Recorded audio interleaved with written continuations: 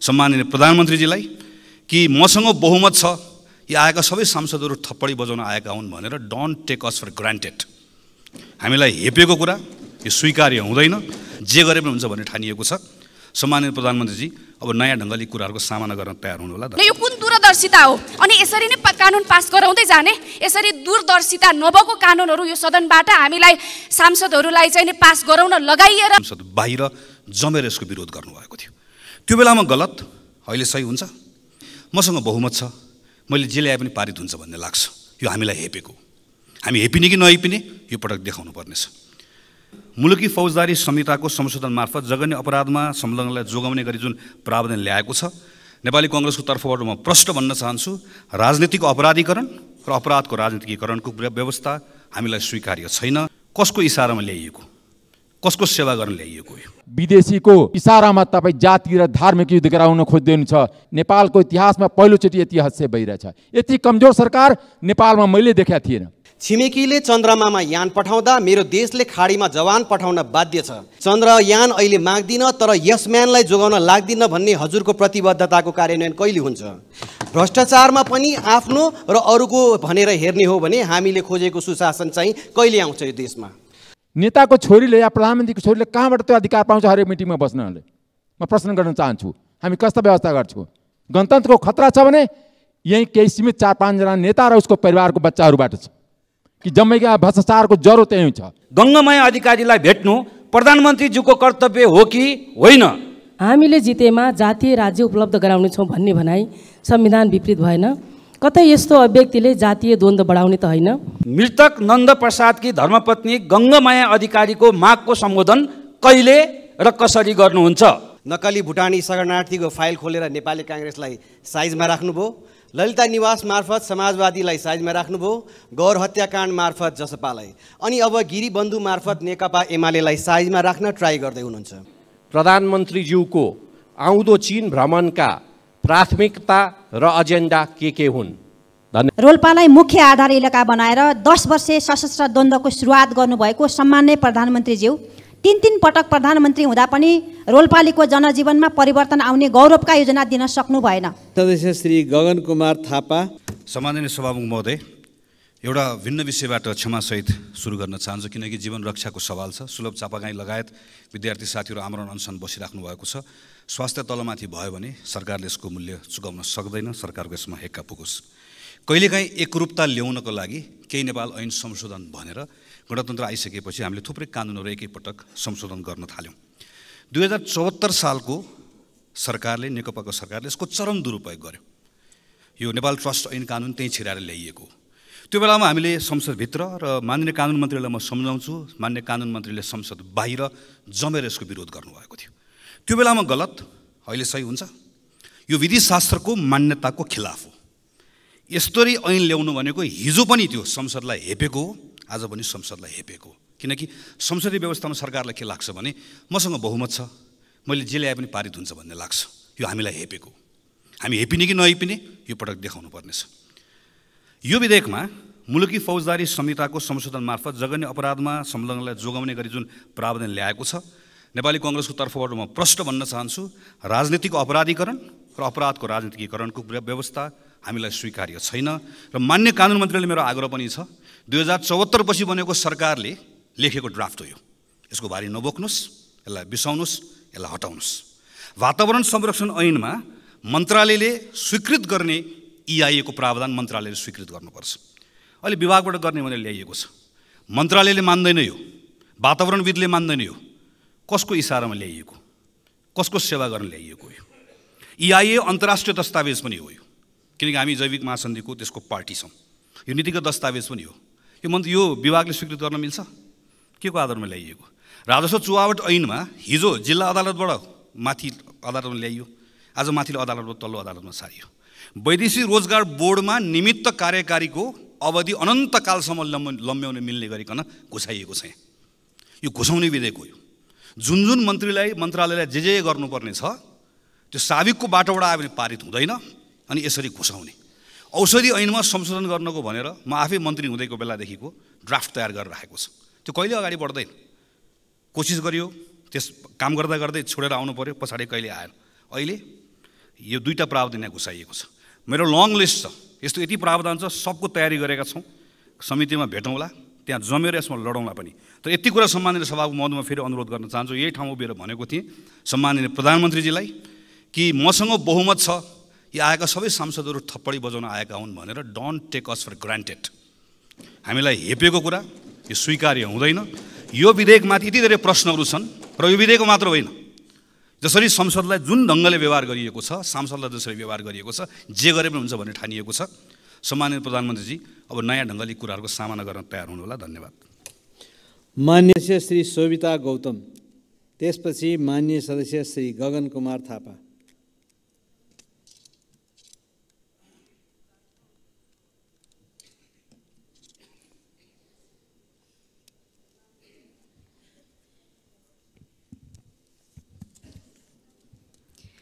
सम्माननीय सभामुख महोदय, केही नेपाल ऐनलाई संशोधन गर्न बनेको विधेयक 2080 यसरी जस्ताको तस्तै प्रस्तुत हुनु हुँदैन भनेर मैले यही रोस्टमबाट कारण सहित भनेर भनेको थिएँ। यो केही नेपाल ऐनलाई संशोधन गर्न बनेको विधेयक 2080 यसरी जस्ताको तस्तै प्रस्तुत हुनु भनेको नेपालको संसदीय इतिहासमा एउटा दुर्भाग्यपूर्ण त्रुटि हो। सम्माननीय सभामुख महोदय, हिजो यो रोस्टमबाट मात्रै होइन, अनौपचारिक तरिकाले माननीय कानुन मन्त्रीज्यूसँग र वरिष्ठ नेताहरू जो अहिले प्रतिनिधि सभाका सदस्य पनि हुनुहुन्छ, उहाँहरूसँग, विभिन्न प्रमुख सचेतकज्यूहरूसँग, सरकारका विभिन्न प्रतिनिधित्व गर्नुहुने साथीहरूसँग हामीले यो विषय पटक पटक अनौपचारिक तरिकाले यो व्यवस्थाप्रतिको प्रहार हुन्छ, यो यसरी प्रस्तुत नगरौँ है भनेर पटक पटक अनौपचारिक छलफलहरू पनि गऱ्यौँ। तर त्यसको बावजुद आज यो यसरी प्रस्तुत भएको छ र विचार गरियोस् भनेर भनिएको छ, जसमा अघि साथीहरूले भनिसक्नुभयो, कसैले 79 भन्नुभएको छ, कसैले 80 भन्नुभएको छ। वास्तवमा हामीले यसलाई तलदेखि माथिसम्म हेऱ्यौँ भनेदेखि त्यहाँ 81 वटा ऐनहरू आकर्षित गरिएको छ। 81 वटा ऐनहरू कसरी पढेर संशोधन गरेर अब यो 72 घण्टाभित्र प्रस्तुत गर्ने हामीलाई थाहा छैन। यसरी यो मन्त्रालय अनुसार त्यो विषयहरूलाई छुट्याएर विभिन्न मन्त्रीज्यूहरूले अलग अलग प्रस्तुत गर्नुपर्नेमा एकै ठाउँमा खिचडी बनाएर चाहिँ प्रस्तुत गरेको छ। के सरकारलाई थाहा छैन यो केही नेपाल ऐनलाई संशोधन गर्न बनेको विधेयकमा कस्ता कस्ता कानुन लिएर आउने, कस्ता कस्ता मस्यौदाहरू राख्ने भनेर सरकारलाई थाहा छैन? थाहा छैन भनेदेखि विज्ञ बोलाएर पढ्नुपर्छ, संसद भवनमै बरु पढ्नुपर्छ सांसदहरूले पनि। तर यसरी यो व्यवस्थापति प्रहार हुने तरिकाले चाहिँ यस्तो काम गर्नु भएन। किनभनेदेखि यो व्यवस्थालाई सुधार गर्नको लागि हामी लागेनौँ भनेदेखि यही व्यवस्थामा टेकेर, यही नजिरमा टेकेर आगामी कतिवटा सरकारहरू बन्नुपर्छ, आगामी कतिवटा संसदहरू हाम्रा नजिरहरूलाई हेरेर चल्नुपर्छ। तिनीहरूले के सिक्ने? त्यसैले यो चाहिँ कति पनि ठिक भएन। सम्माननीय सभामुख महोदय, यसमा सभामुखले पनि भूमिका खेल्नुपर्छ जस्तो लाग्छ मलाई। यस्तै अब यी विधेयकहरू कानुन समितिमा जान्छ। अब समितिमा जाने कुरा गरौँ है त। समितिमा जान्छ, कानुन समितिमा यहाँ शिक्षा, स्वास्थ्य, खानेपानी, सडक सम्बन्धी विभिन्न प्रकारका धेरै प्रकारका विषयहरू चाहिँ नि कानुन समितिमा आउँछ। त्यो समितिमा हामीले कसरी यत्र विषयहरू चाहिँ कानुन समितिमा छलफल गर्ने? ल ठिक छ, कानुन समितिमा पनि हामी जसोतसो घुँडा टेकेर हामी पढौँला, के गरौँला, कानुन समितिमा पनि छलफल गरौँला। तर हाम्रा सवालहरूमा कानुन मन्त्रीले कसरी जवाफ दिनुहुन्छ? एउटा म कानुन मन्त्रीज्यूलाई प्रश्न पनि सोध्न चाहन्छु। मन्त्रीज्यूलाई प्रश्न राखिएको छ, प्रश्न सोध्न चाहन्छु। यो 24 नम्बरमा चाहिँ यो विधेयकको 24 नम्बरमा के भनेको छ भनेदेखि दफा 54 को 3 मा रहेको 5 वर्षसम्म भन्ने शब्दको सट्टा 10 वर्ष भन्ने शब्द राखिएको छ। मान्य मन्त्रीज्यू, यो 10 वर्ष किन बनाइएको? यसको तर्कसहितको जवाफ तपाईँले दिनुपर्छ मान्य मन्त्रीज्यू। यो सोध्नुपर्ने प्रश्न थियो मैले भौतिक पूर्वाधार मन्त्रीज्यूलाई। तर अहिलेको यो विधेयकको अवस्थाले यस्तो स्थिति आयो कि यो प्रश्न मैले यहाँलाई सोध्नुपर्ने भयो। यहाँ अर्को पनि संक्रामक रोगको बारेमा पनि प्रश्नहरू छन्। यस्ता विषयमा कानुन मन्त्रीले कसरी जवाफ दिनुहुन्छ? यो पनि आफैमा एउटा चुनौतीपूर्ण विषय हो जस्तो लाग्छ। हतारमा कानुन बनाउने, बजेट पनि छुट्याउने अनि फेरि संशोधनमा लिएर आउने, संशोधनको प्रक्रिया लामो हुन्छ अनि बजेट फ्रिज भएर जान्छ। विकास निर्माणको कुराहरू, विकासका कामहरू ओझेलमा पर्छन्। यस्तै तरिकाले जाने एउटा उदाहरण पनि दिन्छु। यो विधेयकमा धेरैवटा चाहिँ 2079 मा बनेका ऐनहरू चाहिँ आएका छन्। 4 वटा घातक रासायनिक पदार्थ नियमन गर्ने ऐन 2079, लोकसेवा आयोग ऐन 2079, तेजाब तथा अन्य के भनेर 79 मा बनेका ऐनहरू आएका छन्।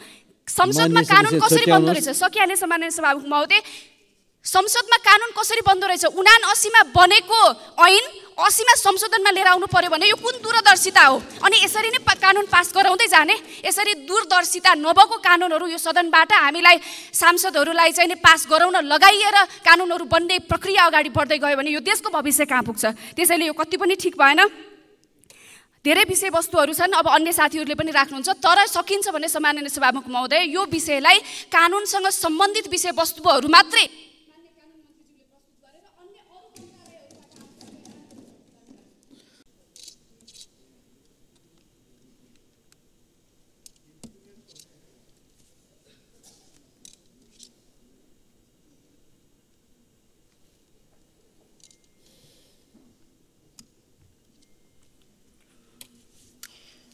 सभामुख महोदय,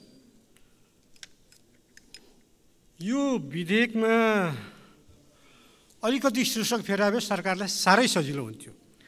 केही नेपाल ऐनलाई संशोधन गर्न बनेको र केही नेपाल ऐन निर्माण गर्न बनेको विधेयक भनेर यसको शीर्षक राखेर यो संसदमा जति विधेयक प्रस्तुत गर्नुपर्थ्यो यसैमा हालेर पठाए टन्डै खतम। मनपरी गर्नुको पनि सीमा हुन्छ, हद हुन्छ। तपाईले यो विधेयकमा विश्वविद्यालयदेखि वन ऐनसम्म, लोकसेवा आयोग ऐनदेखि बिमा ऐनसम्म, सन्धि ऐनदेखि पर्यटन ऐनसम्म, ब्रेटन वुड्स सम्झौतालाई प्राविधिक रूपमा लिएको छ भनेर हाल्या छ, त्यो भने के हो थाहा छैन, न्याय परिषददेखि निर्वाचन ऐनसम्म एउटै प्रक्रियामा ल्याउने, एउटै डालोमा हालेर ल्याउने। कानुन कसरी निर्माण हुन्छ? कानुनको निर्माण गर्दाखेरि कुनै विधेयक ऐनलाई संशोधन गर्दाखेरि त्यो ऐनलाई साङ्गो पाङ्गो पढेर अनि आएको संशोधन औचित्यपूर्ण छ कि छैन भनेर सांसदले सोच्न छलफल गर्न समय पाउनु पर्दैन? ल 38वटा ऐन मात्र संशोधनको लागि कन्टेन्टमा जानुपर्ने छ भने पनि 38वटा ऐन मात्र भए पनि त्यसरी ल्याउने हो त 79 मध्ये? त्यसैले यो त सरासर सभामुख महोदयबाट रुलिङ हुनु पर्यो। संविधानको भावना अनुसार कानुन बनाउने व्यवस्थापिकाको कार्यक्षेत्रमाथि कार्यपालिकाको बलजफ्ती र हस्तक्षेप हो यो। त्यसैले यो कुनै हालतमा पनि स्वीकार्य हुन सक्दैन। यस्तो ढङ्गले विधेयक प्रस्तुत गर्ने तरिका यो लोकतन्त्र विरोधी हो। कुन ऐन किन र के कति कारणले संशोधन गर्नु पर्यो भन्ने विषयमा गहिराइमा पुगेर संशोधन गर्नुपर्ने ऐन र सन्दर्भ परिस्थिति तथा आवश्यकतालाई राम्रोसँग बुझेर तथा संशोधनपछि लामो समयसम्म ऐनले काम गर्न सकोस् भन्ने पक्षलाई ध्यानमा राखेर मात्रै ऐनलाई संशोधनको लागि विधेयकको रूपमा प्रस्तुत गर्नुपर्दछ। तर अहिले प्रस्तुत गरेको तरिकाले यस्तो गर्न दिँदैन। यो तरिका अवैज्ञानिक छ। 72 घण्टा भन्नाले 3 दिनभित्र संशोधन हाल्नु पर्यो। तपाईले 38वटादेखि 40वटा ऐनको त कन्टेन्ट पढ्नुपर्छ। छलफल कुन बेला गर्छ सांसदले? सांसद पनि त सर्वज्ञता हुँदैन। अनि कुन ऐनको कुन सन्दर्भमा चाहिँ त्यो संशोधन आएको 2-3 मिनट समय पाउँ सभामुख महोदय, यो अत्यन्त ज्वलन्त विषय हो। यसले हाम्रो संसदको प्रभावकारितालाई चाहिँ प्रभावित गर्छ। आफूले संशोधन गरेको ऐनले के प्रभाव पार्छ भन्ने कुरो नै सांसदले राम्ररी समाजमा क्लियरिफिकेसन दिन सकेन भने उसले ढुक्क भएर ऐन कसरी बनाउँछ? उसले त हाम्रो निस्केपछि आएको थियो पास गर्यो मात्र भनेर त छुट्टी पाउँदैन। त्यसैले यो ऐन प्रस्तुत गर्ने तरिकालाई यसरी प्रस्तुत गर्नु दिनु हुँदैन। भिन्न भिन्न विषयका ऐनहरूलाई सन्दर्भ र पर्याप्त कारण तथा व्याख्या बिना एउटै डालोमा हालेर एकैपल्ट संशोधनका लागि यसरी विधेयक प्रस्तुत गर्ने तरिका अवैज्ञानिक छ, अलोकतान्त्रिक छ। आइन्दा यस्तो तरिकाले संशोधनका लागि विधेयक प्रस्तुत गरिनु हुँदैन। यो प्रस्तुतिको तरिकाले हामी सांसदलाई आफ्नो कर्तव्य निर्वाह गर्न, विषयवस्तुको गहिराइमा पुगेर अध्ययन र छलफल गर्न कठिनाइ उत्पन्न गरेको छ। यो संसद र सांसदहरूको विशेषाधिकार र कार्य सम्पादनमा बाधा उत्पन्न गर्ने तरिका हो। त्यसैले गराउने तथा संसदको प्रभावकारिता र जिम्मेदारीलाई समेत कमजोर बनाउने कार्यशैली हो। त्यसैले आइन्दा यसो नगर्न सरकारलाई संसदको तर्फबाट स्पष्ट रूपमा फुल हाउसमा हुनसक्छ अथवा कुन तरिकाले हुन्छ सभामुखज्यूले एकदम सजग बनाउनु जरुरी छ। आइन्दा यस्तो तरिकाले विधेयकहरूमा संशोधन आउँछ भने त्यो विधेयकहरूमाथि छलफल हुँदैन। यो संसदमा संसदको विशेषाधिकारमाथि कार्यपालिकाले आफ्नो सजिलोको लागि हस्तक्षेप गर्न पाइँदैन। यो संविधान र माने हाम्रो संसद नियमावलीको विपरीत छ। त्यसैले विधेयक आउँदाखेरि यो जुनसुकै सरकारले विधेयक ल्याए पनि यो उत्तरदायित्वपूर्ण ढङ्गले आउनुपर्छ। यहाँ बनेन छ, बनेन जलस्रोत उत्पादनसँग जलस्रोतको योजनासँग जोडिन्छ। सारा अहिले त्यस सम्बन्धी आएका आर्टिकलहरू यो संशोधन पारित हुनु भने जलस्रोत ऊर्जाको उत्पादन झन् पछि धकेलिन्छ। यो विधेयकको दफा 64 को विषयमा त अहिले मभन्दा अगाडि बोल्दै सक्ने त्यो फौजदारी अभियोग सम्बन्धी त बोलिसक्नुभयो। यस्ता गम्भीर विधेयकहरूलाई स्वाट छिराएर पास गर्न खोज्ने यो तानाशाही, अलोकतान्त्रिक र गैर जिम्मेवार तरिका हो। त्यसैले यस्तो विधेयक प्रस्तुत गर्ने तरिकालाई स्वीकार्न सकिँदैन। सम्भव हुन्छ यसलाई जस्ताको तस्तै फिर्ता गरौँ र सम्बन्धित तरिकाले संशोधन गरेर ल्याऊ भनौँ, सकिँदैन भने पनि आइन्दा यस्तो नहुने कुराको ग्यारेन्टी हुनुपर्छ। यस विषयमा म चाहिँ सभामुख महोदयको, सभामुखज्यूको पनि विशेष भूमिका चाहन्छु। धन्यवाद। अर्का प्रश्नकर्ता माननीय श्री असीम शाह।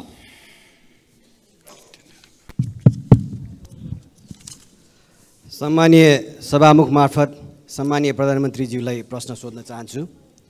सम्मानीय प्रधानमन्त्रीज्यू, यही रोस्ट्रमबाट केही समय अगाडि भुटानी शरणार्थी प्रकरणमा यो त ट्रेलर हो, पुरा फिल्म गजब आउँछ भनेर भन्नुभएको थियो। हामीले बडा आशाका साथ हेरिएका थियौँ। तर जब जे आयो बडा टालटुले र सजिलो बुझिन सक्ने खालको आयो। नक्कली भुटानी शरणार्थीको फाइल खोलेर नेपाली काङ्ग्रेसलाई साइजमा राख्नुभयो, ललिता निवास मार्फत समाजवादीलाई साइजमा राख्नुभयो, गौर हत्याकाण्ड मार्फत जसपालाई, अनि अब गिरीबन्धु मार्फत नेकपा एमालेलाई साइजमा राख्न ट्राई गर्दै हुनुहुन्छ। आफ्नो कुर्सी बलियो बनाउन यो राजनीतिक दाउपेच नगरेर कामले जनताको मन जितेर आफ्नो प्रधानमन्त्रीत्वको आयु लामो बनाउन सकिँदैन थियो होला। भारतीय नेतृत्वले अन्तरिक्ष यानलाई चन्द्रमामा कसरी सफल अवतरण गराउने भनेर सोचिरहँदा हाम्रो नेतृत्व कसरी आफ्नो यस म्यानलाई बचाउने र मुद्दा कमजोर बनाएर सफल अवतरण गराउने भन्ने सोच्नमा तल्लीन हुनु अत्यन्त दुःखद छ। यताको अनुसन्धान अधिकारीलाई उताको कर्मचारीलाई यता अवतरण गराउने व्यस्त हाम्रो नेतृत्वबाट सुशासनको आशा कहिले गर्ने होला? छिमेकीले चन्द्रमामा यान पठाउँदा मेरो देशले खाडीमा जवान पठाउन बाध्य छ। देशभित्रका विश्वविद्यालयहरू रित्तिँदैछन्, व्यवसायीहरू निराश छन्, खेलाडीहरू पलायन हुँदैछन्, युवा पुस्तामा देश छोड्ने लहर चलेको छ। प्रधानमन्त्रीज्यू, चन्द्रयान अहिले माग्दिन तर यस म्यानलाई जोगाउन लाग्दिन भन्ने हजुरको प्रतिबद्धताको कार्यान्वयन कहिले हुन्छ? भ्रष्टाचारमा पनि आफ्नो र अरूको भनेर हेर्ने हो भने हामीले खोजेको सुशासन चाहिँ कहिले आउँछ यो देशमा? अर्को प्रश्न, गौर हत्याकाण्डको छानबिन कसैले हुन्छ भनेर भनिरहेका छन्, कसैले गठबन्धनभित्र अब नहुने भनेर निर्णय भएको छ भनेर भन्छन्। प्रधानमन्त्रीज्यू, यो सदनलाई जानकारी गराइदिनु होला, यो छानबिन हुन्छ या हुँदैन? धन्यवाद। सम्माननीय प्रधानमन्त्री। सभामुख महोदय, मान्य सदस्यले बडो संवेदनशील भएर प्रश्न राख्नु भएको छ, म धन्यवाद भन्न चाहन्छु। मेरो नेतृत्वमा सरकार गठन भएदेखि आजका दिनसम्म मैले सामाजिक न्यायको प्रत्याभूति, सुशासनको सुनिश्चितता र सार्वजनिक सेवा प्रवाहमा सुधारलाई मुख्य प्राथमिकतामा राख्दै आएको छु र यी कार्यहरूबाट एउटा सन्देश आम जनतामा प्रवाहित भइ पनि रहेको छ। प्रश्नमा भनिए जस्तो सरकारका यी कामहरू कुनै कुर्सी टिकाउनको लागि होइन, बरु देश र जनतामा राजनैतिक प्रणालीप्रति नै वितृष्णा छाएको, केही हुन्न सबै उस्तै हुन् भन्ने निराशावादी भाष्य निर्माण गर्न खोजिएको परिस्थितिलाई चिर्न र सरकारले एकपछि अर्को राम्रो काम गर्दै आएको कुरा स्थापित गर्न पनि गरिएको छ। म मान्य सदस्यहरूलाई यो विषयको गहिराईतिर विचार गर्न अनुरोध गर्न चाहन्छु। भुटानी शरणार्थी प्रकरण लगायतका सबै घटनामा राज्यले दबाव रहित तरिकाले निष्पक्ष छानबिन अघि बढाएकै कारण अहिले जनतामा सुशासन सम्भव छ भन्ने एउटा नयाँ आशा पलाएको हो भन्ने कुरा पनि म स्पष्ट गर्न चाहन्छु। अहिले त्योसँग सम्बन्धित विषयहरू अदालतमा रहेको र अदालतले उचित फैसला गर्ने विश्वास म व्यक्त गर्न चाहन्छु। वर्तमान सरकारले भ्रष्टाचार विरुद्ध शून्य सहनशीलताको नीतिलाई राज्यका तीनै तहमा कडाइका साथ कार्यान्वयन गर्दै आएको छ। यस अवधिमा सार्वजनिक प्रशासनलाई स्वच्छ, सक्षम, निष्पक्ष, पारदर्शी र कानुनी तथा संस्थागत सुधारलाई अघि बढाएको छ। मान्य सदस्यले भनेको जस्तो कसैलाई पनि बचाउने या कसैलाई पनि अप्ठ्यारोमा पार्ने नियतले कुनै पनि काम गरिएको छैन। जसरी कतिपय सन्दर्भमा मिडियामा आउने गरेको भन्दा ठिक विपरीत मैले दोषी कोही पनि नछुटोस्, निर्दोष कोही पनि नपरोस् भन्ने सिद्धान्त अनुसार नै प्रहरी प्रशासनलाई निर्देशन दिएको र मैले यतिसम्म पनि भनेको छु कि यदि अनुसन्धानको क्रममा प्रधानमन्त्री नै आउँछ भने पनि छोड्न आवश्यक छैन। मेरो पार्टीको कुनै नेताको त के कुरा भन्ने कुरा पनि मैले सार्वजनिक रूपमा भन्दै आएको म जानकारी गराउन चाहन्छु।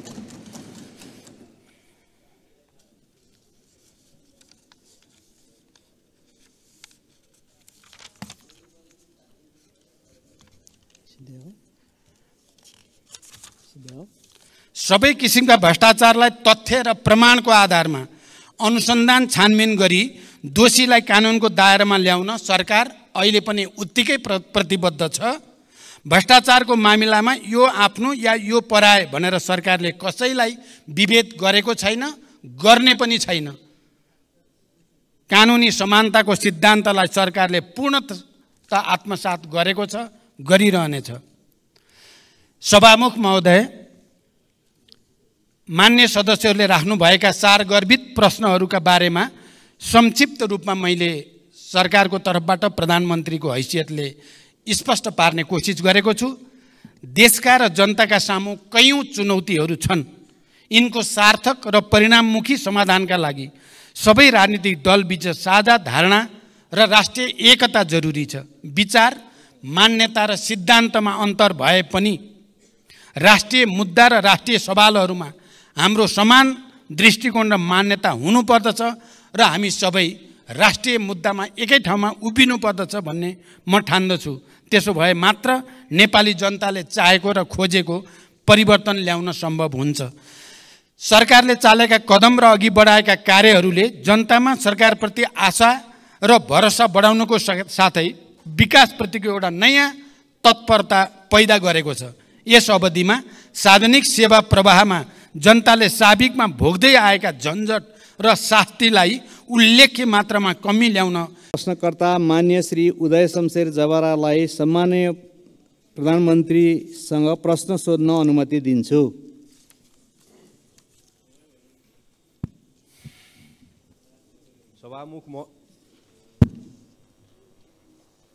सभामुख महोदय मार्फत सम्मान्य प्रधानमन्त्रीज्यूलाई प्रश्न राख्न चाहन्छु।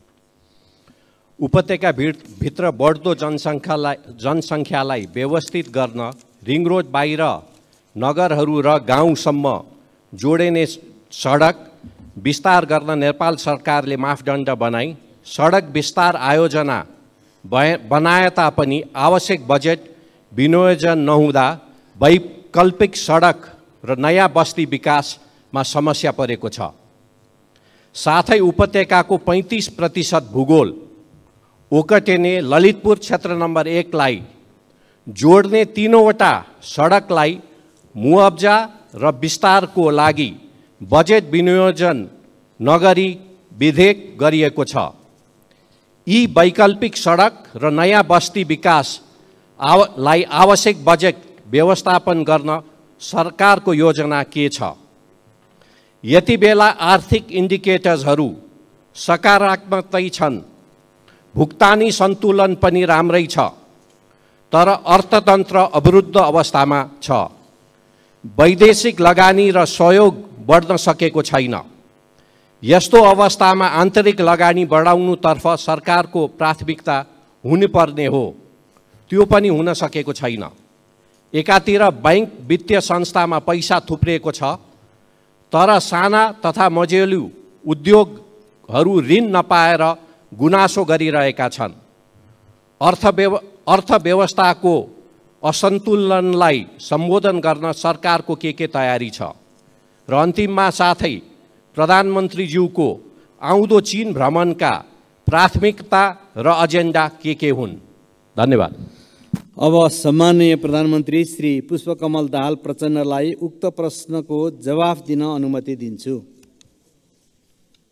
सम्मान्य सभामुख महोदय, प्रतिनिधि सभाका मान्य सदस्यहरूले यस सम्मानित सदनमा उठाउनु भएका प्रश्नहरूको जवाफ दिने नियमित कार्यतालिका अन्तर्गत म यहाँहरू समक्ष उपस्थित छु। सार्वजनिक जनसरोकारका विषयमा अत्यन्त उत्साह र चासोका साथ यस सम्मानित सदनमा भएका छलफलहरूमा सक्रियतापूर्वक सहभागी भई तथा महत्त्वपूर्ण प्रश्न, जिज्ञासा, विचार तथा सुझावहरू राख्नु भएकोमा सबै मान्य सदस्यहरूलाई म सुरुमै धन्यवाद व्यक्त गर्न चाहन्छु। यहाँहरूले विभिन्न समयमा उठाउनु भएका प्रश्न, जिज्ञासा, सुझाव तथा धारणालाई सरकारले गम्भीरतापूर्वक लिँदै आएको छ र गम्भीरतापूर्वक लिँदै जाने पनि छ। मेरो नेतृत्वमा सरकार गठन भएको यो अवधिमा सुशासन, सामाजिक न्याय र समृद्धिलाई मुख्य केन्द्रमा राखी राज्यका सम्पूर्ण शक्ति र सामर्थ्यलाई देश र जनताको हितमा अधिकतम परिचालन गर्ने प्रयास गर्दै आएको कुरा यहाँहरूलाई अवगत नै छ। सरकारको मुख्य जोड सङ्घीय लोकतान्त्रिक गणतन्त्रात्मक शासन व्यवस्थाको सुदृढीकरण, अर्थतन्त्रको पुनरुत्थान र सबलीकरण, सार्वजनिक सेवामा जनताको सहज पहुँच, भ्रष्टाचार नियन्त्रण र सुशासनको प्रवर्धन रहेको छ। नागरिकलाई शासकीय प्रणालीप्रतिको भरोसा र सरकारप्रति विश्वास दिलाउँदै सबैतिर आशाको सञ्चार गराउने हाम्रो निरन्तर प्रयास रहँदै आएको छ। यसै गरी विकास निर्माण कार्यलाई गति दिन, शान्ति प्रक्रियालाई यथाशीघ्र निष्कर्षमा पुर्याउन तथा स्वतन्त्र र सन्तुलित परराष्ट्र नीति अवलम्बन गर्दै राष्ट्रिय हित प्रवर्धन गर्न सरकार प्रतिबद्ध रहँदै आएको छ। यति जानकारी सहित अब म मान्य सदस्यले उठाउनु भएका प्रश्नहरूको जवाफ दिन गइरहेको छु। र पहिलो प्रश्न मान्य उदय शमशेर राणाले भर्खरै राख्नुभयो। काठमाडौँ उपत्यकामा पूर्वाधार निर्माणका आयोजना कार्यान्वयनका लागि चालु आर्थिक वर्षको बजेट तथा कार्यक्रममा रकम विनियोजन गरिएको छ। ललितपुर क्षेत्र नम्बर 1 लाई जोड्ने विभिन्न सडकको विस्तार र जग्गाको मुआवजाका लागि आवश्यक बजेट व्यवस्था गर्न सरकारले ध्यान दिनेछ। उत्पादन, उत्पादकत्व र रोजगारी वृद्धि गरी अर्थतन्त्रको पुनरुत्थान तथा उच्च दिगो समावेशी आर्थिक वृद्धि हासिल गर्ने र समष्टिगत आर्थिक स्थायित्व कायम गरी लगानीको वातावरणमा सुधार गर्न सरकार क्रियाशील रहिआएको छ। सरकारले चालेका सुधारात्मक कदमबाट अर्थतन्त्र बिस्तारै लयमा फर्किन सुरु गरेको छ। नेपाल राष्ट्र ब्याङ्कले हालै प्रकाशन गरेको प्रतिवेदन अनुसार अर्थतन्त्रका सूचकाङ्कहरू सकारात्मक दिशातिर उन्मुख रहेका छन्। 2080 असार मसान्तसम्म शोधान्तर स्थिति 290 अरब 52 करोड रुपियाँको बचतमा रहेको छ। विदेशी विनिमय सञ्चिति गत वर्षको यही अवधिको तुलनामा 26.6% वृद्धि भई 1539 अरब 36 करोड रुपियाँ पुगेको र यसले करिब 10 महिनाको वस्तु तथा सेवाको आयात धान्न पुग्ने अवस्था रहेको छ। विप्रेषण आयमा रेमिटेन्समा 21.2% वृद्धि भई 1220 अरब 56 करोड पुगेको छ। वैदेशिक लगानी प्रवर्धन गर्न नीतिगत र संस्थागत सुधार गर्दै वैदेशिक लगानीको स्वीकृति प्रक्रियालाई सहजीकरण गर्न थ्रेसहोल्ड घटाउने लगायतका कार्य अगाडि बढाइएको छ। जग्गाको कित्ताकाट पूर्ण रूपमा खुलाउने निर्णय भएको र यही भाद्र 11 गते मात्रै नेपाल राष्ट्र ब्याङ्कले लचिलो बजार नीति अनुसार चालु पुँजी कर्जा सम्बन्धी मार्गदर्शन संशोधन गरेको छ। उत्पादनमूलक उद्योगका लागि 3 करोड रुपियाँसम्म कर्जा उपयोग गर्ने ऋणीलाई चालु पुँजी कर्जा सम्बन्धी मार्गदर्शन लागू नहुने भएको छ। ब्याङ्कहरूले उद्योग व्यवसाय वा कम्पनीहरूको सञ्चालन चक्र लगायतका आधारमा अधिकतम वार्षिक कारोबारको 50% सम्म चालु पुँजी कर्जा दिन सक्ने व्यवस्था भएको छ। यसबाट उद्योग व्यवसाय क्षेत्रलाई प्रत्यक्ष लाभ हुनुको साथै आन्तरिक लगानी, उत्पादन वृद्धि र बजारमा आर्थिक गतिविधि बढ्नमा सहयोग पुग्ने विश्वास गरिएको छ। यसमा हामी सबैको लामो समयदेखि जुन चासो र चिन्ता थियो त्यसलाई अधिकतम सम्बोधन गर्ने कोसिस भएको छ। निकट भविष्यमा हुने मित्र राष्ट्र चीनको भ्रमण दुई देशबीचको ऐतिहासिक सम्बन्धलाई थप उचाइमा पुर्याउँदै नेपालको सामाजिक आर्थिक विकासका लागि चीन नेपाल सम्बन्धलाई नयाँ गति दिने दिशामा केन्द्रित रहनेछ। भ्रमणका क्रममा यसअघि भएका सम्झौता र समझदारीहरूको कार्यान्वयनमा जोड दिइनेछ। नेपाल र चीन बीचको आर्थिक तथा व्यापार सम्बन्धलाई थप सधन बनाउने, दुई देशबीच रहेका सीमा नाकाहरूको सञ्चालनलाई प्रभावकारी बनाउने र नयाँ नाकाहरू खोल्ने विषयहरू पनि भ्रमणका क्रममा कार्यसूचीमा रहेका छन्। यसै गरी सडक, ऊर्जा, कृषि, विज्ञान तथा प्रविधि तथा व्यापार र विकास सहायता क्षेत्रमा कनेक्टिभिटी, कृषि, शिक्षा र स्वास्थ्य क्षेत्रका रूपान्तरण गरी रूपान्तरणकारी परियोजनाहरूमा चीनको सहयोग विस्तारको विषय समेत प्राथमिकतामा रहनेछ। अर्का प्रश्नकर्ता माननीय श्री ईश्वरी देवी नेउपाने।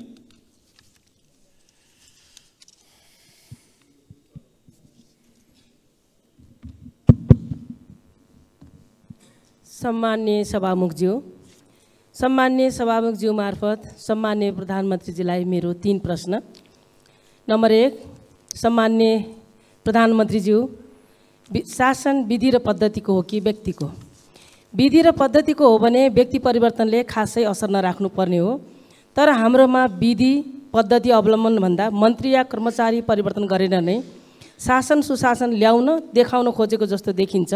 यसमा प्रधानमन्त्रीजीको धारणा के छ? नम्बर 2, 131 भाषाभाषी 142 जात जाति बसोबास गर्ने हाम्रो सुन्दर देश नेपाल, यो हाम्रो पुँजी हो, यसलाई बचाएर राख्नु हाम्रो कर्तव्य पनि हो। सयौँ थुङ्गा फुलका हामी एउटै माला नेपाली, यसमा मेरो अटल विश्वास छ। वरिय राजनीतिको सैद्धान्तिक वकालत गर्ने पार्टीको नेता सम्मान्य प्रधानमन्त्रीज्यूको अभिव्यक्ति हामीले जितेमा जातीय राज्य उपलब्ध गराउनेछौँ भन्ने भनाइ संविधान विपरीत भएन? कतै यस्तो अभिव्यक्तिले जातीय द्वन्द्व बढाउने त होइन? नम्बर 3, म सुदूरपश्चिमवासी हुँ। सुदूरपश्चिम सरकार आफ्नै भवनबाट कार्य सञ्चालन गर्न कहिलेदेखि पाउँछ? धन्यवाद। सम्माननीय प्रधानमन्त्रीज्यू। सभामुख महोदय, लोकतान्त्रिक विधि र पद्धतिको विकास मार्फत सामाजिक न्याय र सुशासन सहितको समृद्धि हासिल गर्ने दिशामा सरकारका सबै क्रियाकलापहरू केन्द्रित रहेको कुरा म जानकारी गराउन चाहन्छु। सरकार विधिको शासनमा पूर्णतः प्रतिबद्ध रहेको स्पष्ट गर्दछु। बहुजातीय बहुसांस्कृतिक विविधता बोकेको नेपालमा सदियौँदेखि विभिन्न जात जाति वर्ण धर्म र संस्कृतिका जनताहरू आपसी सहकार्य सम्मान र गहिरो सद्भावका साथ मिलिजुली बस्दै आएका छन्। अनेकतामा एकता नेपाली मात्रको विशिष्टता र नेपाली समाजको आधारभूत चरित्र पनि हो। सबैको सहअस्तित्व कायम गर्दै मौलिकताको संरक्षण र सम्वर्धनमा नै हाम्रो राष्ट्रिय एकता दिगो दरिलो भई साँचो अर्थमा राष्ट्रियता बलियो हुनेछ। नेपालको कानुनले हरेक व्यक्ति र सम्प्रदायलाई अरूको धर्म संस्कृति र आस्थामा चोट नपुर्याई आफ्नो धर्म संस्कृतिको पालना गर्ने स्वतन्त्रता प्रदान गरेको छ। अत परापूर्व कालदेखि यहाँ कायम रहिआएको सामाजिक एकता सद्भाव र सामाजिक सहअस्तित्वमा खलल पुर्यान पार्ने कुनै पनि किसिमको कार्य हुन नदिन सरकार दृढ छ, स्पष्ट पनि छ। सामाजिक सद्भावमा खलबल पार्ने वा एक अर्काको संस्कृति र धर्म विरुद्ध हुने द्वेषपूर्ण अभिव्यक्ति र कार्यलाई सरकारले कुनै हालतमा छुट दिन सक्दैन। नेपालको संविधानको पूर्ण पालना गर्नु हामी सबैको साझा दायित्व हो। मैले पहिचानको कुरा गर्दा या कुनै कुरा गर्दा अरू कसैको पहिचान आस्थामाथि कुनै खालको विभेद नगर्ने कुरा पनि म स्पष्ट गर्न चाहन्छु। सुदूरपश्चिम प्रदेशको राजधानी गोदावरीमा निर्माण गर्ने सन्दर्भमा जग्गा प्राप्ति लगायतका विषयमा प्रक्रियामा रहेको जानकारी गराउन चाहन्छु। यद्यपि सुदूरपश्चिममा अझै पनि राजधानीको जमिनको बारेमा अलिकति छलफल चलिरहेको जानकारी पनि मलाई प्राप्त छ। त्यसलाई समेत विचार गरेर यसको छिटै निष्कर्षमा पुर्याइनेछ। अर्का प्रश्नकर्ता माननीय श्री ऐनबहादुर शाही ठकुरी।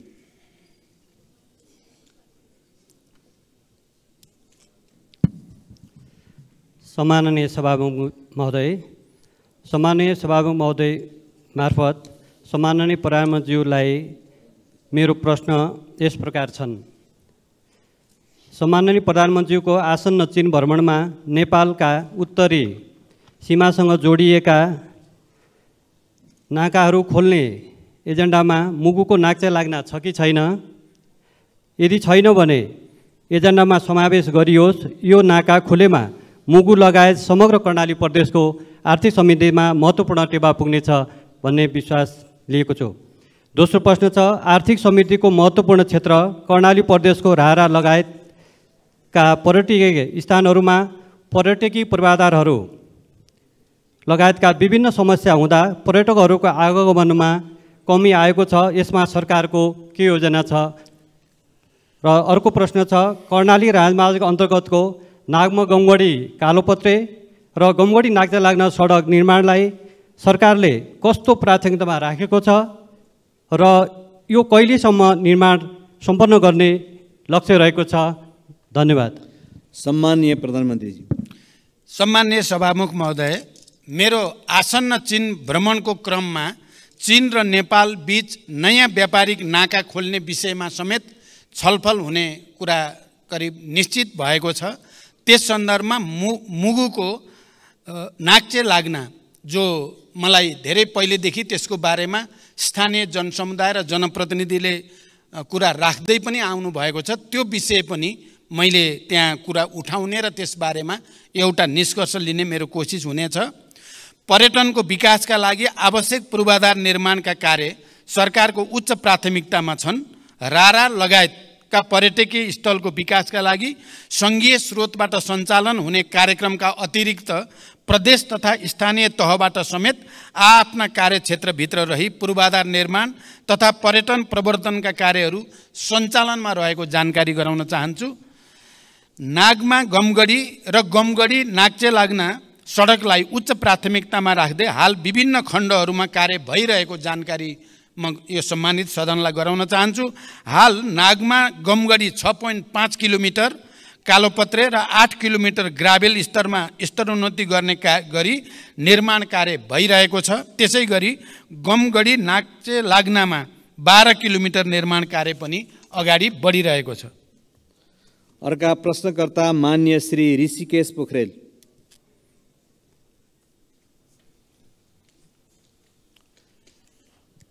सम्माननीय सभामुख महोदय, सम्माननीय सभामुख मार्फत सम्माननीय प्रधानमन्त्रीज्यूसँग मेरा केही प्रश्नहरू राख्न चाहन्छु। राष्ट्रिय गौरवका आयोजनाहरूमध्ये 2वटा आयोजना पुरा भएको देखिन्छ।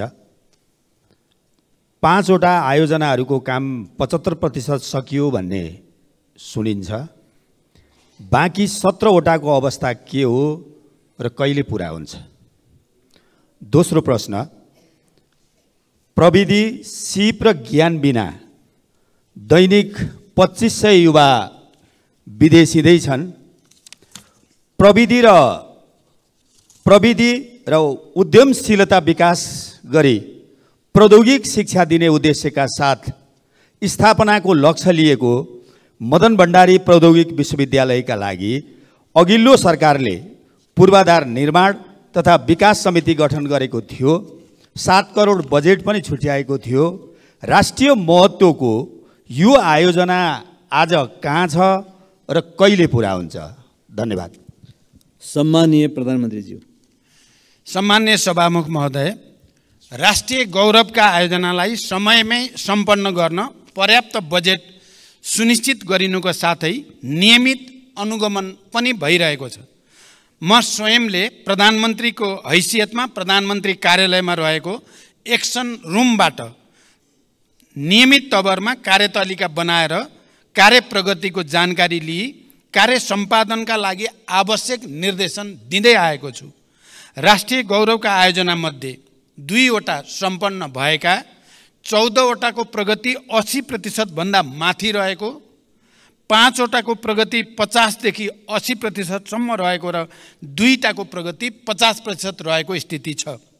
हुलाकी राजमार्गका सम्बन्धमा चितवन र पर्सामा राष्ट्रिय निकुञ्ज क्षेत्रमा डिपिआर तयार लगायतका कार्यमा भएको ढिलाइका कारण यो आयोजनाको कार्य आगामी 3 वर्षभित्र सम्पन्न गर्ने नयाँ लक्ष्य निर्धारण गरिएको छ। पशुपति क्षेत्र विकास कोष आयोजनाको भौतिक प्रगति 66% भई समष्टिगत वित्तीय प्रगति 65.73 रहेको छ। लुम्बिनी विकास गुरु योजनाको हालसम्मको भौतिक प्रगति 88% र वित्तीय प्रगति 60.34% रहेको छ। निजगढ अन्तर्राष्ट्रिय विमानस्थल आयोजनाको प्रारम्भिक चरणको कार्यहरू मात्र भइरहेको र लगानी एवं निर्माणको उपयुक्त मोडालिटी भए पश्चात विमानस्थल निर्माण प्रक्रिया अगाडि बढाइनेछ। यस आयोजनाको लागि चालु आर्थिक वर्षमा रु 35 करोड विनियोजन भएको छ। मेलम्ची खानेपानी आयोजनामा श्रावण महिनामा आएको बाढीले पुनः हेडवर्क्स पुर्नुका साथै मेलम्ची बजारदेखि हेडवर्क्ससम्मको पहुँच मार्गमा क्षति पुगेको छ। मनसुन रोकिएको 1.5 महिनाभित्र क्षतिग्रस्त संरचनाको मर्मत सम्मार गरी मेलम्चीको पानी वितरणलाई सुचारू गरिने जानकारी गराउन चाहन्छु। सञ्चालनमा रहेका अन्य राष्ट्रिय गौरवका आयोजनाहरूलाई यथाशीघ्र सम्पन्न गर्न सरकारले जोड दिँदै आएको छ। मिति 2077 साल साउन 12 गते मदन भण्डारी प्रौद्योगिकी विश्वविद्यालय विकास समिति गठन भएको हो। समितिको समयावधि 2 वर्ष रहेकोमा सो अवधि समाप्त भएकोले नयाँ गठन आदेश जारी गरी विश्वविद्यालयको आवश्यक पूर्वाधार तयार गर्ने लगायतका कामहरू अगाडि बढाइनेछ। यस विश्वविद्यालयलाई चालु आर्थिक वर्षमा रु 2 करोड बजेट विनियोजन पनि गरिएको छ। अर्का प्रश्नकर्ता मान्य श्री आशा बिक।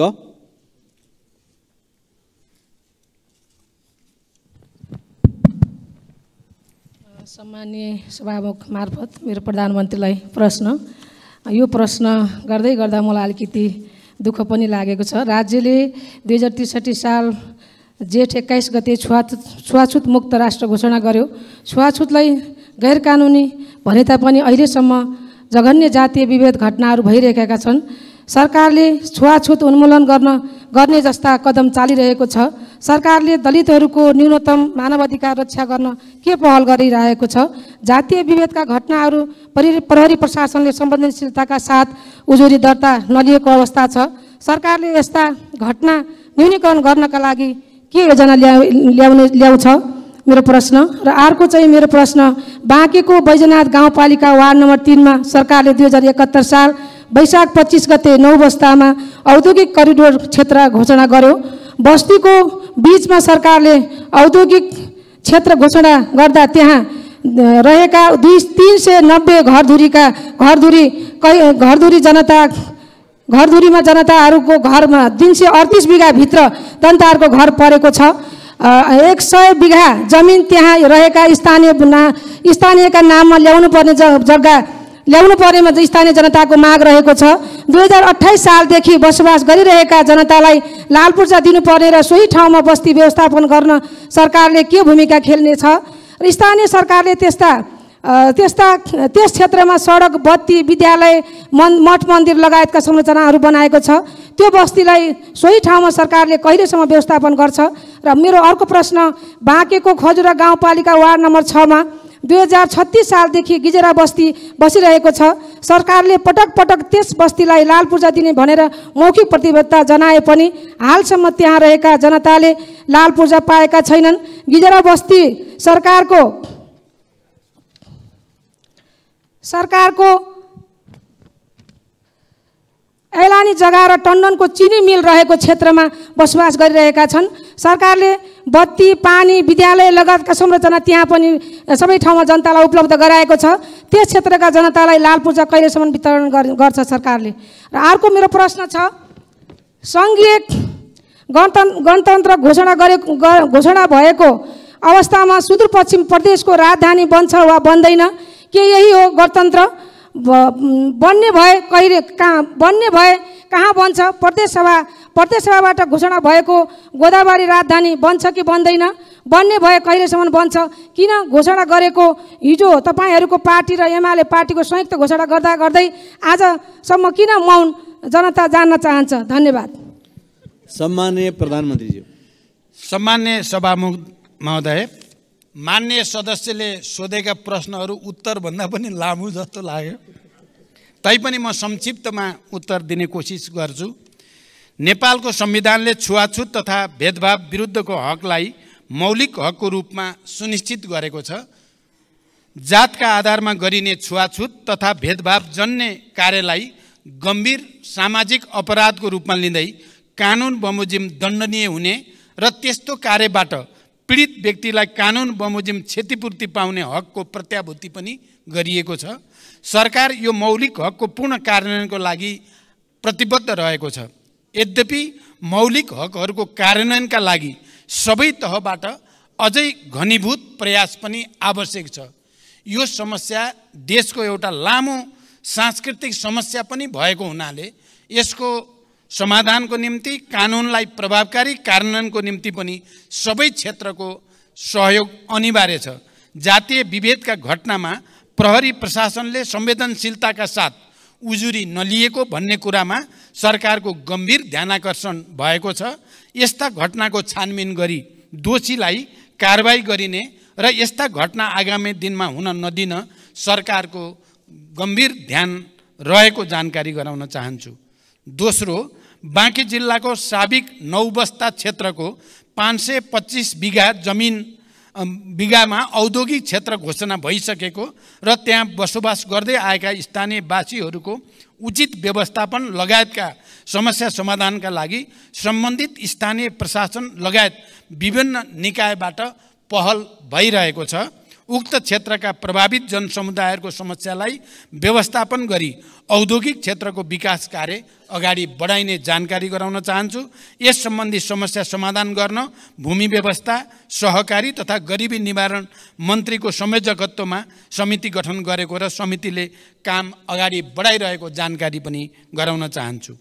तेस्रो, बाँकेको खजुरा गजुरा 6 गिजरा बस्तीका सन्दर्भमा भूमि सम्बन्धी ऐन 2021 को दफा 12 को समितिको प्रतिवेदन, भूमि व्यवस्थापन तथा अभिलेख विभागको निर्णय बमोजिम गिजरा खाँडसारी मिल्स प्राइभेट लिमिटेडका हदबन्दी भन्दा बढीका जग्गाहरू जफत गरी नेपाल सरकारका नाममा कायम गर्न र जफत गरिएका जग्गामा रहेको अतिक्रमण हटाउन 2080 जेठ 8 गते निर्णय भई कार्यान्वयनमा रहेको जानकारी गराउँदछु।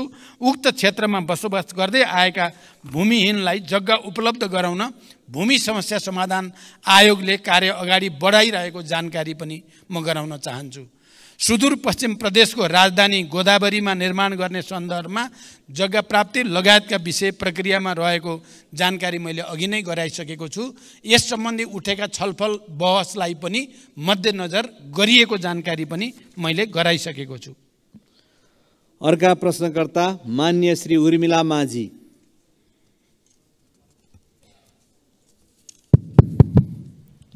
सम्माननीय सभामुख ज्यू मार्फत सम्माननीय प्रधानमन्त्रीज्यूलाई प्रश्न सोध्न चाहन्छु। सम्माननीय सभामुख ज्यू, हाम्रो देश नेपाल कृषि प्रधान देश हो। यहाँका 65% बढी जनसङ्ख्या कृषिमै आश्रित देखिन्छ। तर पछिल्लो अवधिमा नेपालको उत्पादनको हिस्सा घट्दै गएको मात्र होइन, सामान्य भन्सामा प्रयोग हुने सबै चिज आयातमा निर्भर गर्नुपर्ने बाध्यता खडा हुँदै गएको छ। कृषि क्षेत्रमा लगानी अत्याधिक हुने तर प्रतिफल अत्यन्तै न्यून हुने प्रक्रियाले गर्दा कृषिप्रति मानिसको आकर्षण र लगाव निरन्तर घट्दो छ। सरकारले उत्पादन वृद्धि गर्न र जनतालाई कृषिमै जीवन देख्ने गरी कृषि पेसालाई गर्विलो पेसा बनाउन कस्तो योजना निर्माण गर्दैछ? धन्यवाद। सम्माननीय प्रधानमन्त्री। सभामुख महोदय, सबल आत्मनिर्भर अर्थतन्त्रको निर्माणका लागि कृषि क्षेत्रमा गुणात्मक र रूपान्तरणकारी परिवर्तन सरकारको प्राथमिकतामा रहेको छ। कृषि क्षेत्रको उत्पादन र उत्पादकत्व बढाउन कृषि क्षेत्रमा आधुनिकीकरण, यान्त्रिकीकरण र व्यवसायीकरणलाई सरकारले उच्च रूपमा जोड दिँदै आएको छ। कृषि क्षेत्रमा विगतदेखि लगानी गर्दै आएको र यसबाट उत्पादन र उत्पादकत्वमा समेत केही वृद्धि भइरहे पनि अपेक्षित प्रतिफल प्राप्त हुन नसक्नुका कारणहरू पहिल्याउँदै उत्पादकत्व वृद्धिका लागि विभिन्न कार्यक्रमहरू सञ्चालनमा रहेका छन्।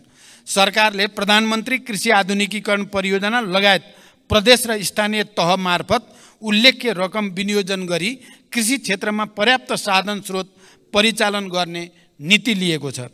कृषि उत्पादनको वृद्धिका लागि सिँचाइको सुविधाको विस्तारलाई जोड दिनुको साथै रासायनिक मलको आपूर्ति समयमै हुने कुराको सुनिश्चितता गरिएको छ। साथै कृषि बाली वस्तुहरूको विशेष उत्पादन क्षेत्र जस्तै जोन, सुपर जोन, उन्नत बिउ बिजनको विकास, उत्पादन तथा वितरणको लागि एकीकृत राष्ट्रिय कार्यक्रम सञ्चालनमा रहेका छन्। कृषि उपजको बजार सुनिश्चितताका लागि विभिन्न कार्यक्रमहरू सञ्चालन भइरहेका छन्। त्यसै गरी दुध तथा मासुमा आत्मनिर्भरताका लागि पशु नस्ल सुधार, आहार व्यवस्थापन तथा पशु स्वास्थ्य सुधारका कार्यक्रमहरू पनि सञ्चालनमा रहेका छन्।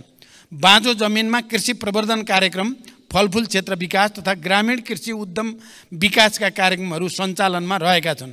कृषि उत्पादन क्षेत्रको जोखिम व्यवस्थापन गर्न कृषि बिमा कार्यक्रम सञ्चालनमा रहेको छ, जस अन्तर्गत बिमा प्रिमियममा 80% अनुदान सङ्घीय सरकारले उपलब्ध गराउने गरेको छ।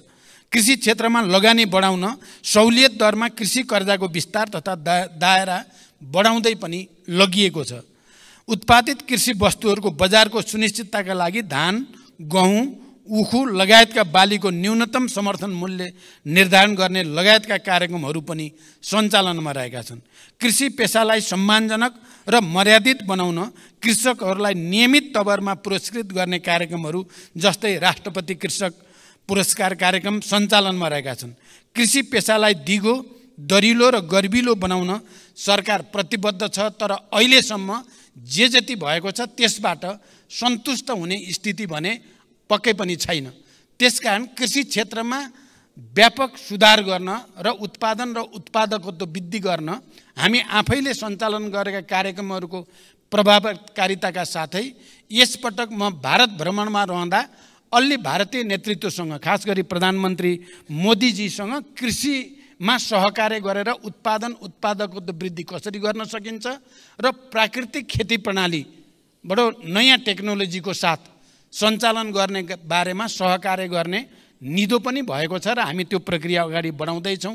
मलाई लाग्छ यसपटकको मेरो चीन भ्रमणमा पनि कृषिमा सुधारका निम्ति उत्पादन र उत्पादकत्व वृद्धिमा विशेष ध्यान दिने पनि हाम्रो योजना रहेको जानकारी गराउन चाहन्छु।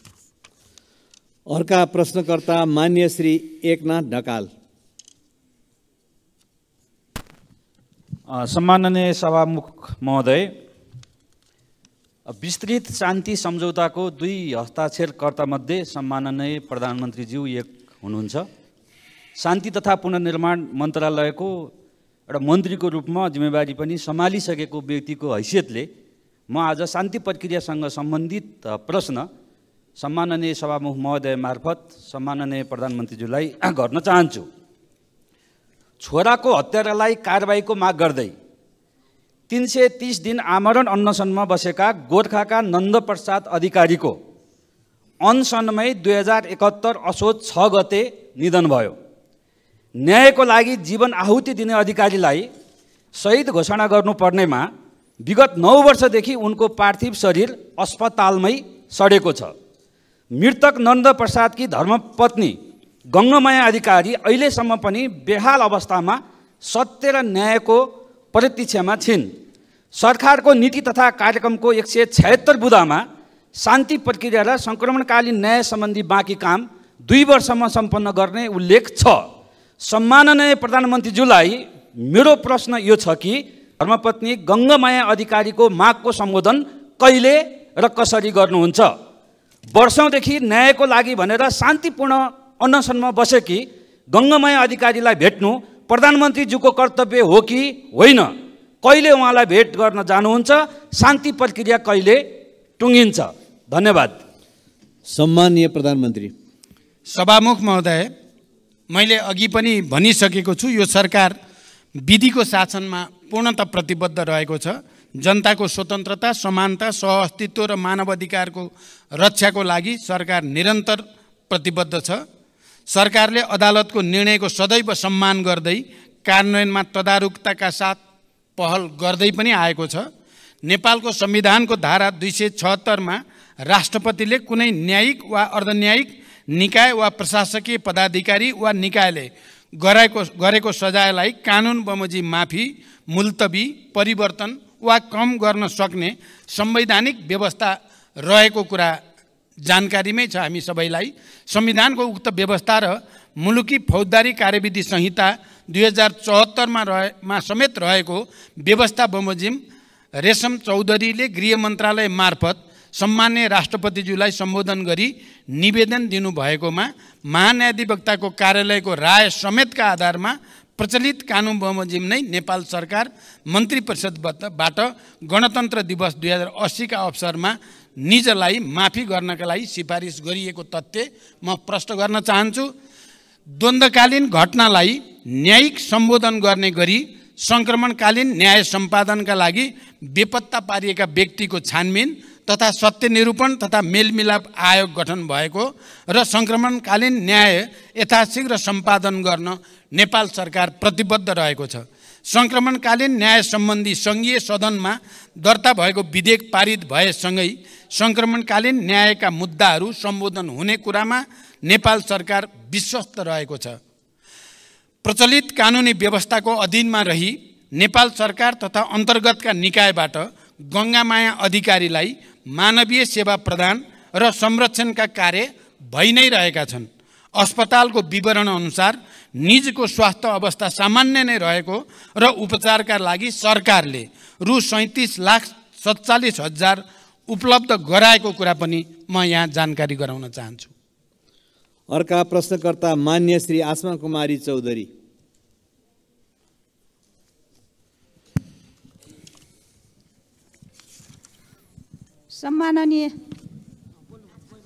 सम्माननीय सभामुख महोदय, सम्माननीय सभामुखज्यू मार्फत सम्माननीय प्रधानमन्त्रीज्यूलाई केही प्रश्न सोध्न चाहन्छु।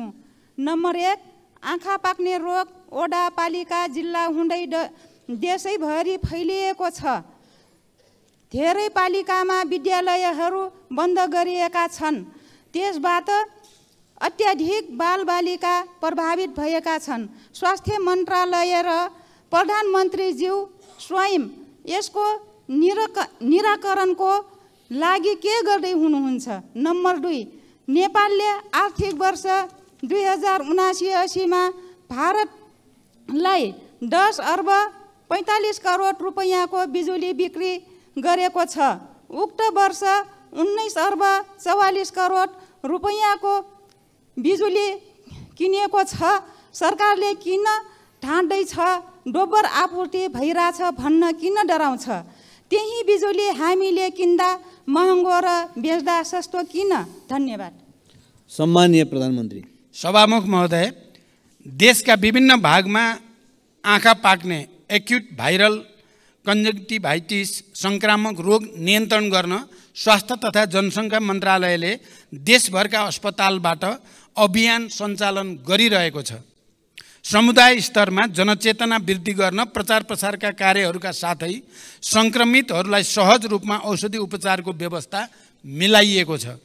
यसका साथै स्वास्थ्य सेवा विभागका महानिर्देशकको अध्यक्षतामा सङ्घीय द्रुत प्रतिकार्य समितिको गठन भई रोकथाम र प्रबन्धनका विभिन्न कार्यहरू पनि भइरहेको जानकारी गराउन चाहन्छु। दोस्रो, हाल नेपालको कुल जडित विद्युत क्षमता करिब 2800 मेगावाट पुगेको छ। तर देशको विद्युत उत्पादनको परिमाण हिउँद र वर्षायाममा एकै नासको छैन। वर्षाको तुलनामा हिउँदमा विद्युत उत्पादनमा निकै ह्रास आई झन्डै 1/3 मात्र उत्पादन हुने गर्दछ। हाल विद्युत उत्पादन र मागको आधारमा विद्युतको निर्यात र आयातको व्यवस्था मिलाउने गरिएको छ। खास गरी हिउँदयाममा नदी प्रवाहमा आधारित रन अफ द रिभर प्रणालीबाट उत्पादित विद्युतमा ठुलो ह्रास आउने हुँदा छिमेकी देशबाट बिजुली आयात गरी आन्तरिक माग धान्नुपर्ने स्थिति छ। आगामी केही वर्षभित्रै विद्युतमा आत्मनिर्भर हुने उद्देश्यले स्वदेशमै पर्याप्त बिजुली उत्पादन गर्न विभिन्न स्तरका आयोजनाहरूको निर्माणलाई अघि बढाइनुको साथै विद्युत प्रसारण तथा वितरण प्रणालीको कामलाई पनि विस्तार गर्दै लगिएको छ। अहिले विद्युत आयात निर्यातको दर दैनिक रूपमा प्रतिस्पर्धा गरी तय हुने गरेको छ। यस वर्ष तुलनात्मक रूपमा हिउँदको समयमा अधिक सुक्खा हुन गई देशभित्रका विद्युत आयोजनाहरूबाट विद्युत उत्पादन कम हुन गएको छ। अघिल्लो आर्थिक वर्षमा नेपाल विद्युत प्राधिकरणले 1854.5 गिगावाट आवर विद्युत र रु 18 अरब 54 करोडमा आयात गरेको थियो भने नेपालबाट 1333 गिगावाट आवर विद्युत निर्यात गरी रु 10 अरब 43 करोड आम्दानी गरेको थियो। गत वर्षको तुलनामा यस वर्ष विद्युत निर्यातमा वृद्धि भएको छ र क्रमशः विद्युत उत्पादन बढ्दै जाँदा विद्युतको निर्यात पनि बढ्दै जाने कुरा जानकारी गराउन चाहन्छु। रुस र युक्रेनको युद्धका कारण कोइलाको आपूर्ति असहज भई छिमेकी देशमा विद्युतको उत्पादन लागत बढ्न गएकोले पनि स्वदेशमा विद्युतको उत्पादन कम हुने समयमा आन्तरिक माग पूरा गर्न प्राधिकरणले केही महँगो मूल्यमा बिजुली आयात गर्नु परेको कुरा पनि म यहाँ स्पष्ट गर्न चाहन्छु। धन्यवाद। अर्का प्रश्नकर्ता माननीय श्री उर्मिला थेबे।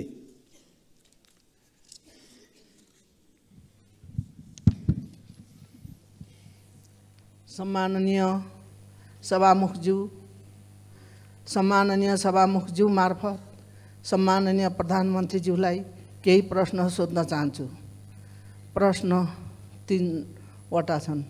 प्रश्न नम्बर 1, शिक्षाको लागत क्रमशः घटाउँदै गएर निशुल्क पार्नुपर्नेमा यो सरकारले त शुल्क झन बढाइरहेको देखिन्छ। शिक्षाको पहुँचबाट गरिबलाई अझ परै धकेल्ने नीति सरकारले किन लिँदैछ? सङ्घीय शिक्षा विधेयक संसदमा कहिले दर्ता, सदनमा कहिले दर्ता गर्नुहुन्छ? प्रश्न नम्बर 2, प्रत्येक दिन हाजिरी गर्न क्याम्पसमा आउनुपर्ने भएपछि त्रिभुवन विश्वविद्यालयका केही प्राध्यापकले विद्युतीय हाजिरी मेसिन नै घर लगेको, गायब गरेको, साथै तोडफोड गरेको भन्ने पाएको छ। सरकारले के गर्दैछ? प्रश्न नम्बर 3, ताप्लेजुङमा अविरल वर्षपछि आएको बाढीका कारण विस्थापित भएका स्थानीय बासिन्दाहरू अहिले पनि तिरपाल मुनि बस्न बाध्य भएका छन् भने विद्यार्थीहरू व्यक्तिको घरमा आश्रय लिएर पढ्न बाध्य छन्। उनीहरूको उद्धार र राहतको लागि सरकारको के योजना छ? धन्यवाद। सम्माननीय प्रधानमन्त्री। सभामुख महोदय, आम नागरिकलाई गुणस्तरीय र सर्वसुलभ शिक्षा उपलब्ध गराउन सरकारको नीति र प्रतिबद्धता रहेको छ। विद्यालय शिक्षा सम्बन्धी कानुनलाई संशोधन र एकीकरण गर्न बनेको विधेयक छिटै नै संसदमा पेश गरिनेछ। सायद केही दिन अगाडि नै पेश हुन सक्थ्यो। जनताको चासो र हामीले त्यसलाई गहन ढङ्गले अध्ययन गर्नुपर्ने, परिमार्जन गर्नुपर्ने कारणले केही ढिलो भयो, तर अब छिटै त्यो सदनमा प्रस्तुत हुँदैछ। नेपालको संविधानमा उल्लेख भए बमोजिम आधारभूत शिक्षा अनिवार्य तथा निशुल्क र माध्यमिक तहसम्मको शिक्षा निशुल्क उपलब्ध गराउनका लागि सरकारले निशुल्क पाठ्यपुस्तक, आवासीय, गैर आवासीय, लक्षित समूह लगायतका विभिन्न प्रकारका छात्रवृत्ति, स्यानिटरी प्याड, दिवा भोज लगायतको व्यवस्था गरेको छ। सार्वजनिक विद्यालयमा कुनै किसिमको शुल्क लिन नपाउने व्यवस्था गरिएको छ। स्थानीय तहहरूले समेत आफ्नो बजेटमा शिक्षामा थप लगानी गर्दै गएका छन्। उच्च शिक्षा अन्तर्गत चिकित्सा शिक्षामा सरकारी लगानीका संस्थाहरूमा कुल सिटको 75% सिटमा विद्यार्थीहरूले निशुल्क अध्ययन गरिरहेका छन्। सार्वजनिक शिक्षालाई निशुल्क बनाई सबैको पहुँचमा पुर्याउनको लागि थप स्रोतको व्यवस्था गर्न सरकार प्रयत्नशील रहेको जानकारी गराउन चाहन्छु। स्वायत्त निकायको रूपमा त्रिभुवन विश्वविद्यालयका काम कारबाहीहरू त्रिभुवन विश्वविद्यालय। अर्का प्रश्नकर्ता मान्य श्री ईश्वरी घरती।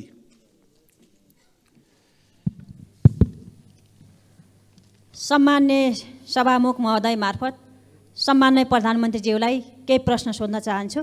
पहिलो प्रश्न, रोल्पालाई मुख्य आधार इलाका बनाएर 10 वर्षे सशस्त्र द्वन्द्वको सुरुवात गर्नुभएको सम्मान्य प्रधानमन्त्रीज्यू 3 पटक प्रधानमन्त्री हुँदा पनि रोल्पालीको जनजीवनमा परिवर्तन आउने गौरवका योजना दिन सक्नु भएन। रोल्पालीको त्यो ऐतिहासिक सहयोग प्रधानमन्त्री भएपछि बिर्सनुभयो भन्ने रोल्पालीहरूको गुनासो छ। त्यो गुनासोलाई कसरी सम्बोधन गर्नुहुन्छ? दोस्रो प्रश्न, जुम्ला लगायतका जिल्लामा स्याउ पाक्ने समय आयो। स्याउले बजार भाउ नै नपाउने अवस्था आउन सक्छ र आइरहेको पनि छ। यसको व्यवस्थापनमा सरकारको के योजना छ? र तेस्रो प्रश्न, 10 वर्षे सशस्त्र द्वन्द्वको क्रममा शहीद भएकाहरूको सम्झना र सम्मानका लागि दाङको घोराइदेखि रोल्पाको होलेरी घरतेगा हुँदै रुकुम पूर्वको हुकाम मैकोटसम्म पुग्ने 220 किलोमिटर सडक खण्डलाई वर्तमान सम्मान्य प्रधानमन्त्रीज्यूको चाहना र पहलमा शहीद मार्ग नामाकरण गरेर योजना अगाडि बढाइएको थियो। बजेट अभावमा योजना निकै कछुवा गतिमा भई अझै सम्पन्न हुन सकेको छैन। शहीद मार्गको मुख्य प्रवेशद्वारको रूपमा रहेको घोराइदेखि रोल्पा होलेरीसम्मको 31 किलोमिटरको सडक खण्ड अलपत्र र जोखिमपूर्ण भएको लामो समय बितिसक्यो। यसबारे सदनमा मैले 3-4 पटक कुरा पनि राखिसकेँ, तर सरकारले यो योजनालाई प्राथमिकतामा पारेन। किन?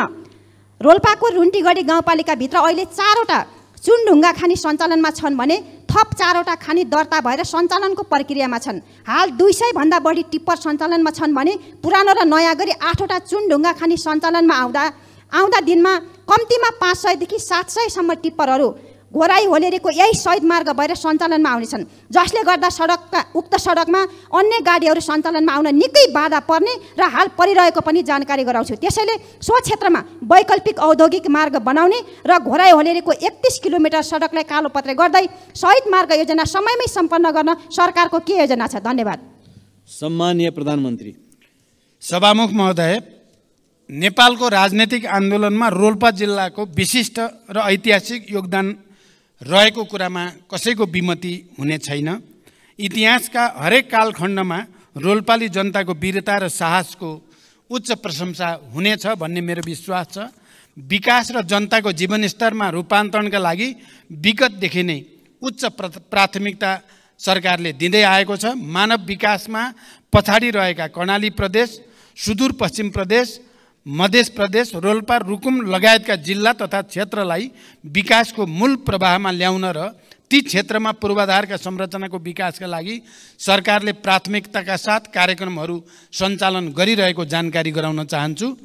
जुम्ला जिल्लाको विकासलाई सरकारले प्राथमिकतामा राख्दै स्याउको सुपर जोन तथा पकेट क्षेत्रहरू घोषणा गरी आवश्यक सहयोग तथा सहुलियत प्रदान गर्दै आएको छ। यस वर्षको बजेट तथा कार्यक्रममा प्रधानमन्त्री कृषि आधुनिकीकरण आयोजना लगायतका कार्यक्रम तथा प्रदेश तथा स्थानीय तहको विकास कार्यक्रमबाट उत्पादन, प्रशोधन तथा प्याकेजिङमा आवश्यक सहयोग तथा सहुलियत प्रदान गरिएको छ। स्याउको भण्डारणको लागि उच्च क्षमताको कोल्ड स्टोर निर्माण पनि भइरहेको छ। तेस्रो, सरकारले दाङको घोराईदेखि रोल्पाको होलेरी हुँदै रुकुमको मैकोटसम्मको शहीद मार्गलाई प्राथमिकता राखेर कार्यान्वयन गर्दै आइरहेको छ। सडक र पुलको माग देशभरि नै